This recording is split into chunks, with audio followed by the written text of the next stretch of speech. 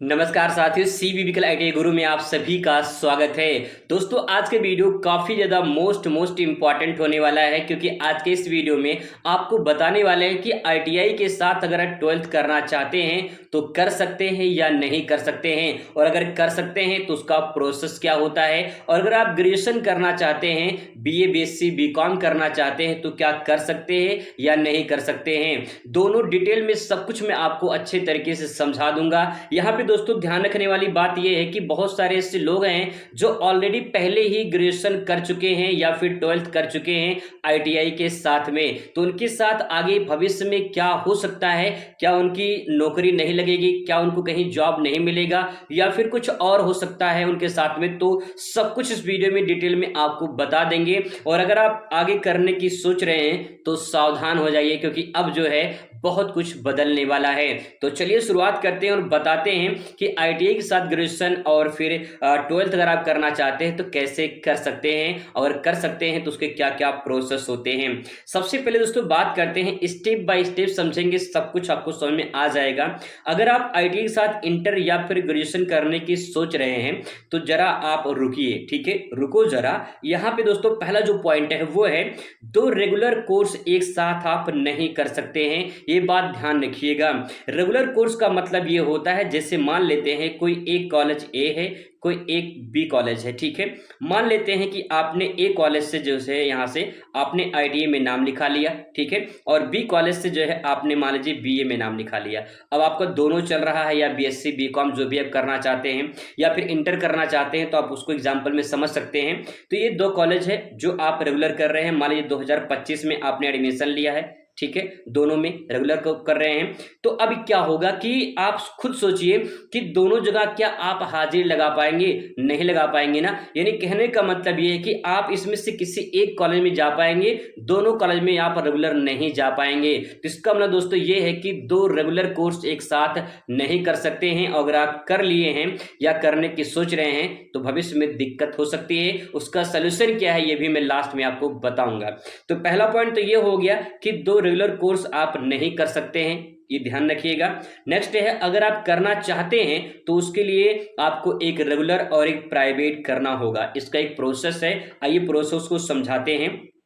सबसे पहले बात करते हैं, अगर आप जो है आईटीआई के साथ जो है 12th करना चाहते हैं तो आप एक काम कर सकते हैं, आईटीआई रेगुलर कर लीजिए, ठीक है, और 12th जो है वो प्राइवेट कर लीजिए, फिर भविष्य में आपको दिक्कत नहीं होगी। और अगर आप प्राइवेट करने की सोच रहे हैं तो आप कैसे करेंगे वो भी देख लीजिए, ठीक है। पहले बात कर लेते हैं, यहाँ पे जो है अगर आप प्राइवेट करने की सोच रहे हैं तो आप एनआईओएस बोर्ड से कर सकते हैं, राष्ट्रीय मुक्त विद्यालय शिक्षा संस्थान, यानी national institute of open school से आप कर सकते हैं, जिसे जो है डिस्टेंस लर्निंग के नाम से जाना जाता है। तो आप इसके माध्यम से कर सकते हैं, आपको दिक्कत नहीं होगी।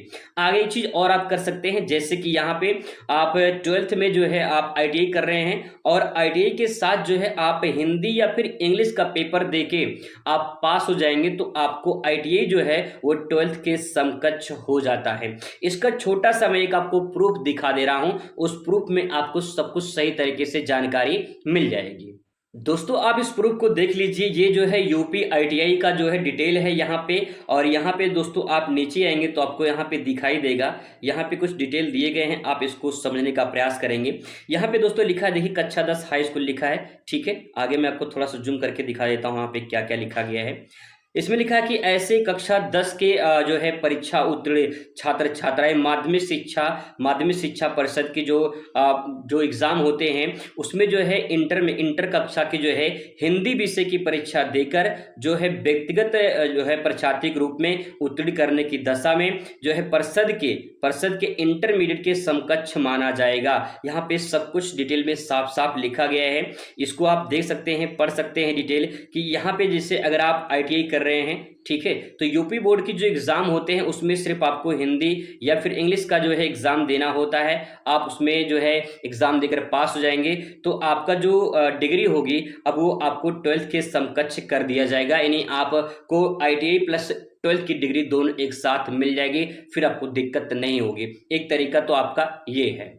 आई होप दोस्तों कि आपको ये चीज़ समझ में आ चुका होगा। अब बात कर लेते हैं ग्रेजुएशन की। अगर आप आईटीआई के साथ जो है ग्रेजुएशन करना चाहते हैं तो आपको वही प्रोसेस इसमें अपनानी है जैसे कि आईटीआई आपको रेगुलर करनी होगी, क्योंकि आईटीआई प्राइवेट नहीं होता है, ये बात ध्यान रखिएगा। प्राइवेट कॉलेज से भी आपका रेगुलर ही होता है। बहुत सारे लोग सोचते हैं कि प्राइवेट कॉलेज होते हैं वहां से कर लेंगे, कॉलेज नहीं जाना पड़ेगा। भैया वो भी रेगुलर ही होता है, ठीक है, वो प्राइवेट नहीं होता है।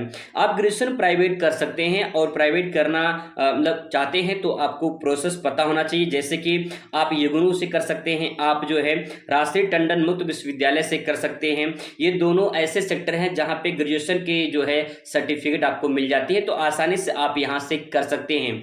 बहुत सारे लोगों को पता नहीं होता है और वो गलत तरीके से कर लेते हैं, बाद में पछताते हैं। तो इसीलिए आपको ये चीजें आपको पता होनी चाहिए।